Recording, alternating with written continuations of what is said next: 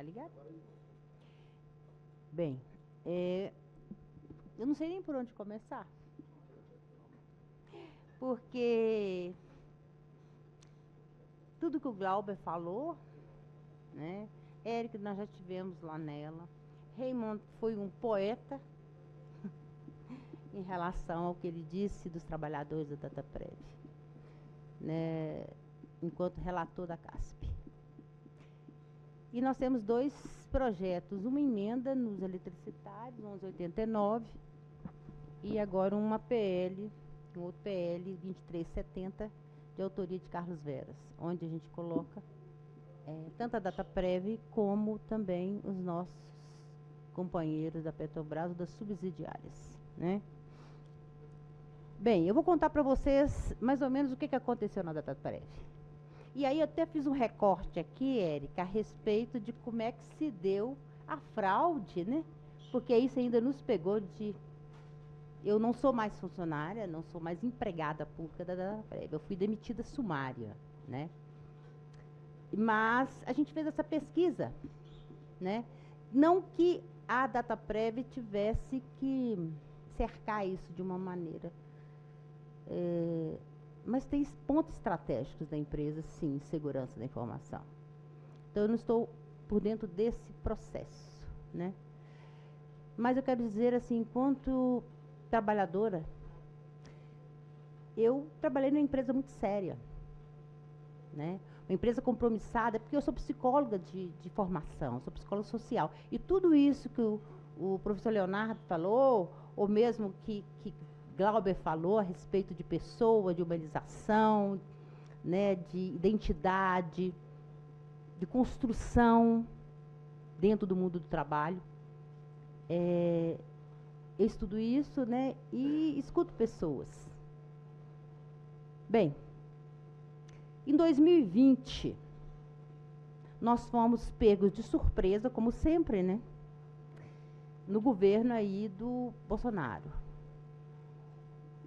A pandemia começou mais ou menos, não fui mandada embora, estou falando do meu depoimento, mas dos vários outros companheiros. Foram fechados 20 regionais da Dataprev, em 20 estados, né? E a impressão que tinha é que ia se passar uma boiada.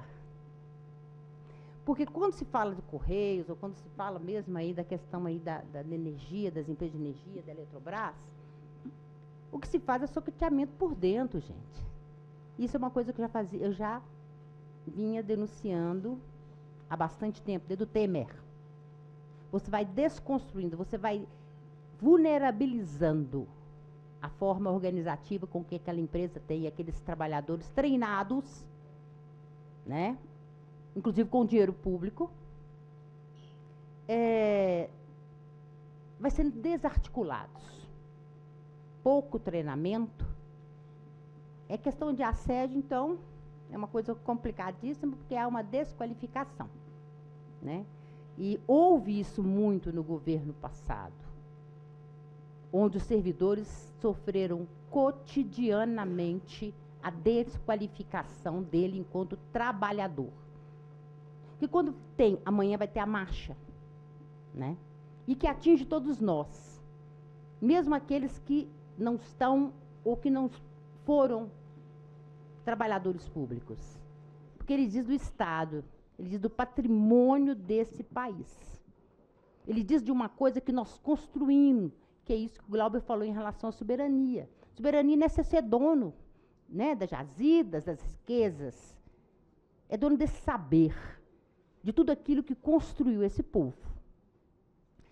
Então, em 2020, veio o tal do PAC, Programa de Adequação de Quadro, que era o seguinte: com o fechamento dos 20 regionais, poderia ter a possibilidade de ir para o Rio, aderir a esse programa, que nada mais é do que uma demissão deslavada.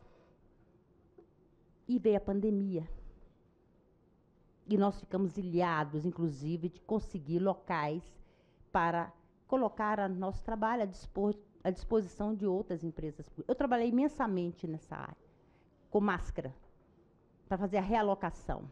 Várias empresas públicas nos queriam, porque estava, como está, deficitária de mão de obra e de mão de obra especificada. principalmente específica de TI.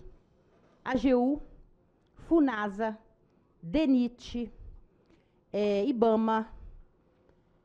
Olha, foram muitos. O AGU praticamente ia pegar todo mundo de Minas Gerais. Eu estou falando de Minas. Eu não me descrevi porque já está, né, me apertado o tempo.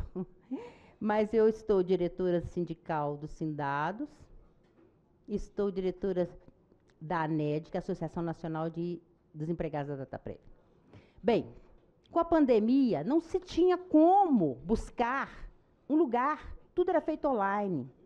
Eu bati no Ministério da Economia, e eu não acho que isso é só questão do Bolsonaro, tem a questão do Guedes, que é grave,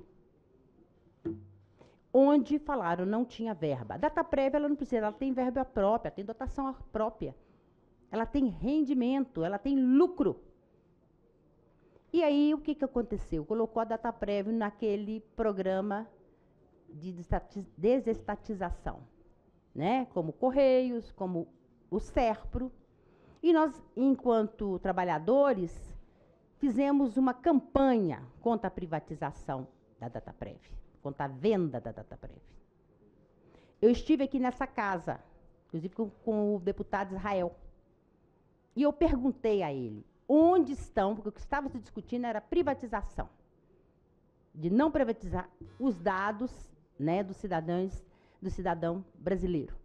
Mas eu perguntei, onde estão os 494 trabalhadores?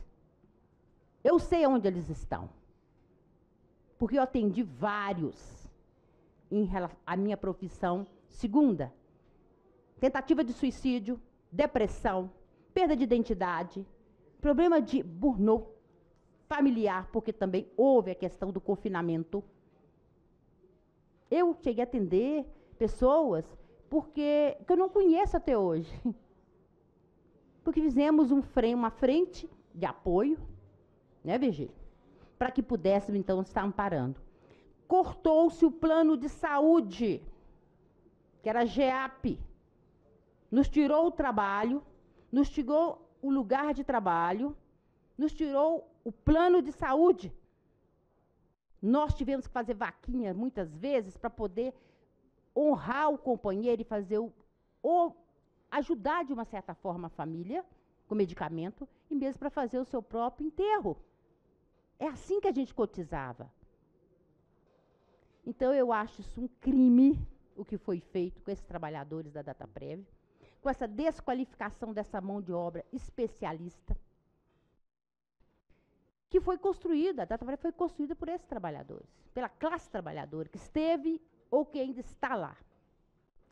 Então, é isso que nós pedimos, a reparação, a reintegração ou a recontratação desses trabalhadores.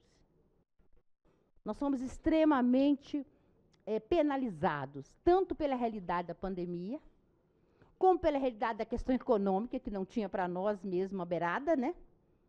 Estava sendo colocada na mão de banqueiros. A gente sabe da história do superato em relação às vacinas. De que forma que foi tratado isso pela questão econômica do país? O país não podia parar por causa de uma gripezinha. Lembram disso? Então é isso que o Glauber falou, que o Leonardo falou e que o deputado falou em relação a que a gente chama de capital social, capital humano. São vidas familiares que foram desestruturados por uma irresponsabilidade de um gestor de um país. Essas pessoas estão aí.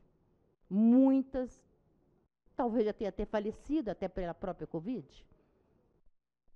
Mas o que eu vim aqui fazer é muito mais essa denúncia do que fazer a defesa econômica da empresa ou desses trabalhadores. Eu vim aqui fazer uma denúncia de um crime que foi feito com mais de 400 trabalhadores da Dataprev em 2020. Outra coisa, poderíamos ir para o Rio, mas sem o apoio do aluguel, sem apoio do transporte. Lembram disso, meninos? Como? Com todas as fronteiras fechadas pela crise sanitária? Como fazer isso, como iríamos? Então, realmente, nós... Não sei. Eu ia falar era de dados, eu ia falar de outras coisas mais específicas, igual você falou. Eu te agradeço muito ter a iniciativa dessa audiência. Eu agradeço o Remo, que está sempre nos amparando, nos acolhendo, Érica também, Glauber, e os demais que estão aqui, que eu não conhecia, mas que agora estamos aqui juntos. E lembrar a todos nós, não tem essa questão de a categoria. O que nós temos que recuperar é o sentido, é o sentimento de classe trabalhadora. Há muito tempo isso tem sido abandonado. É como se a gente fosse coach de especialidades, de categorias, inclusive sindical. Então nós estamos juntos, viu? Nós estamos juntos aí para prosseguir. Eu agradeço muito a oportunidade e é isso.